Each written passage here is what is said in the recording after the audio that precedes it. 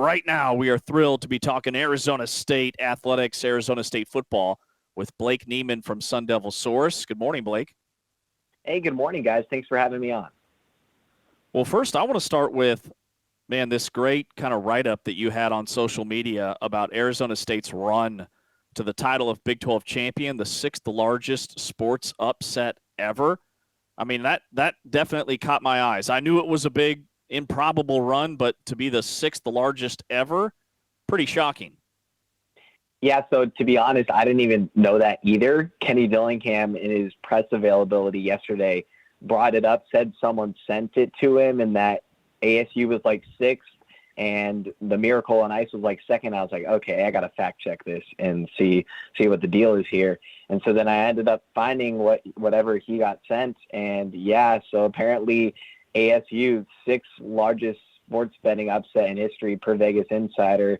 And that was just mind-boggling to see. But, considering that someone could have bet $100 and made $1,000, or bet $1,000 and made $10,000, it's quite something. It just shows how competitive the Big 12 is, top to bottom, and anything can happen. It's really interesting because I think Arizona State has really bucked the Vegas trends all year.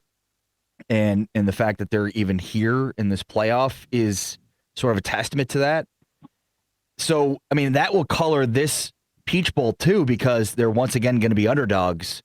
So it's sort of interesting how it works out from that perspective. Like, there's nothing on paper that suggests they should win a game in the playoff yet. There's really nothing on paper that suggests they should even be here. Yeah, they've been the underdog all season long. They've embodied that mentality of disrespect. It only fuels them. Like, their main player, Cam Skattebo, he has fueled on disrespect his entire life. He was never recruited. He was recruited by one Division I school out and given a scholarship opportunity. That was at Sacramento State. Took it, balled out, transferred to ASU. Didn't get to be a Heisman finalist despite his Big 12 championship performance. And, I suspect this is all speculation that, maybe Heisman voters casting their ballot before the Big 12 championship game, because I think Skattebo made quite the statement in that game. But he is kind of the centric character of this team, and they kind of use his mindset to fuel the team's identity around the team, and they all just live on disrespect and being told they can't do things and continuing to prove people wrong. Well, they'll have another huge opportunity to do that against the winner of Texas or Clemson. And before we preview that matchup, I want to ask you about the transfer portal. This is prime time in terms of guys entering the portal and guys taking visits and making commitments. Let's start with Arizona State finding a kicker. Eastern Michigan kicker Jesus Gomez, second-team All-MAC. It's rare to get excited about a kicker, but for Arizona State, that's a huge area of need. Yeah, kicking was really a problem this season. You all probably saw the rant that Dillingham had following the Cincinnati loss that he ended up apologizing for, of opening kicking tryouts.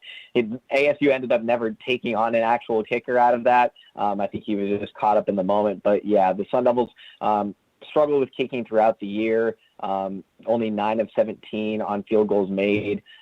They mainly went with Ian Hershey. They actually switched up to Carson Kiefer, who had his first field goal ever in the Big 12 championship, as well as in the Territorial Cup with a PAT. So he was pretty fired up about that, but it's a critical area of need. The fact that ASU has been able to win all these close games without kicking at their aid is honestly speaks to more of a testament of how remarkable this run has been for them. More important player for Arizona State in the playoff, Sam Leavitt or Cam Skattebo? They're equally important in their own ways, but Cam Skattebo is your bread and butter, because with the loss of Jordan Tyson prior to the Big 12 championship, you knew you were going to go to Cam Skattebo even more than you were before. And when you did that, he continued to show up, over 200 total yards. And Iowa State's rushing defense was a little bit subpar, so they knew they were going to rely on Skattebo even more, and he continued to shine. So I think he's going to be the main character in this game. But again, Sam Leavitt's going to have to perform equally as well as he did. He's shown up in bright spots throughout the season. And Xavier Guillory, ASU's other wide receiver, he's their number 2 wide receiver, really showed up in the Big 12 championship, 2 touchdowns. So I think all those 3 characters are going to be essential to a Sun Devil victory to whoever they face. chatting with Blake Niemann of SunDevilSource here on Big 12 Today on Big 12 Radio, exclusively on TuneIn. All right, what's the better matchup? Is it Texas or is it Clemson for Arizona State in that first round? You know, I think they each have their pros and cons, right? Because Clemson almost has this momentum boost that they're riding on, and they've been in deep playoff runs before. Now they've never been in a 12-team format, and no one has for that matter. But you can't deny the fact of national championships in recent years, this decade. So then you look at Texas getting into the playoff for the first time last year, losing to Washington. I think they each carry their own pros and cons. They've shown that they can show up in really big games with their own big victories, but they've also shown that they can falter in different scenarios. I think the better physical matchup from a personnel standpoint is going to be Clemson, but I think Texas would also be a challenge. I just don't think – I feel like people are going to put ASU like, oh, my gosh, whoever they play is going to be completely out of chance, or ASU doesn't even have a shot. But I don't think people have been watching the Sun Devils as closely to fully understand what this team is capable of. What stood out to you about Brian Ward's defense? Yeah, Brian Ward is very intelligent when it comes to his secondary. He works a lot with the safeties. He is also ASU's safeties coach, and safety is ASU's strongest position on the team, I believe, with guys like Xavier Alford, who is a first-team All-Big 12 selection. Miles Rouser is one of the most physical in-the-box safeties in the Big 12. He is not afraid to deliver contact to anyone and come down.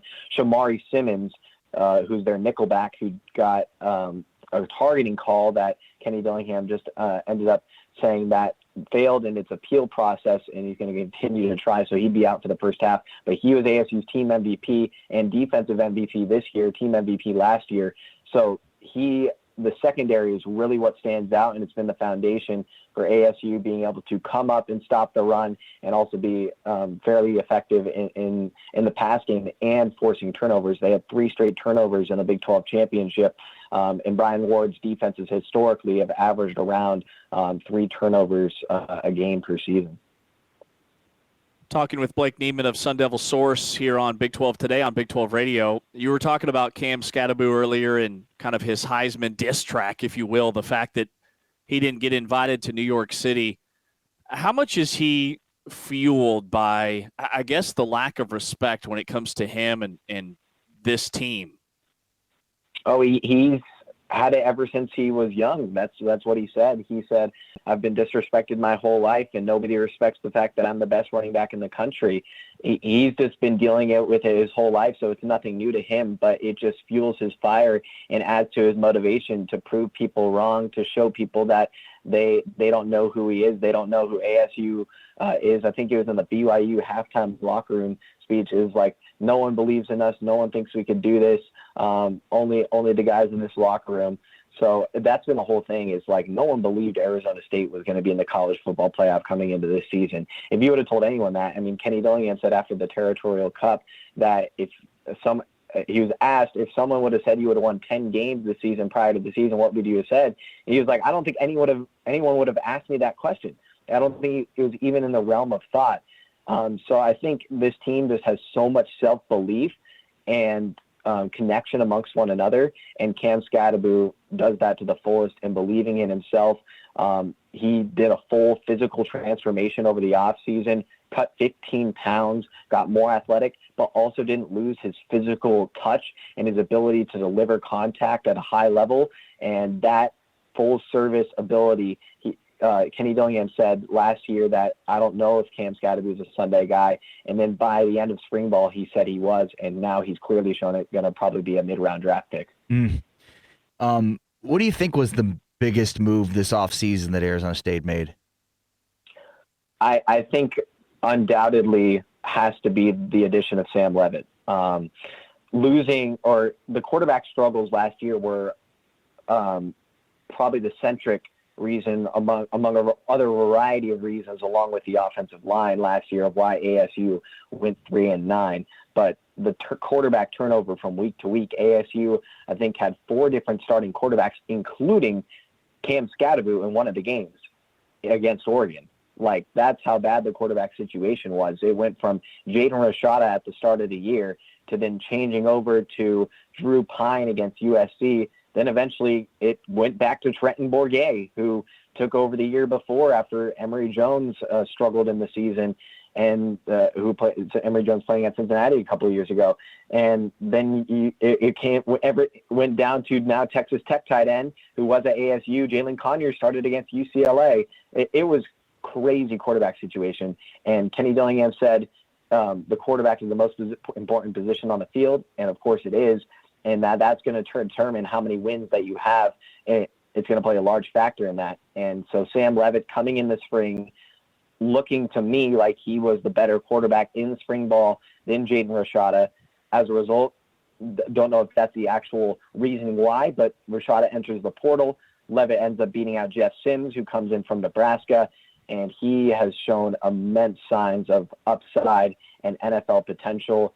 Kenny Dillingham has related him to similar characteristics of Bo Nix, who he coached both at Oregon and at Auburn. Marcus Arroyo, ASU's OC, who coached Justin Herbert, has related him to some similar character traits that Justin Herbert has, especially at this stage in his development as just a redshirt freshman. He has a very bright future, and it looks like he's coming back too.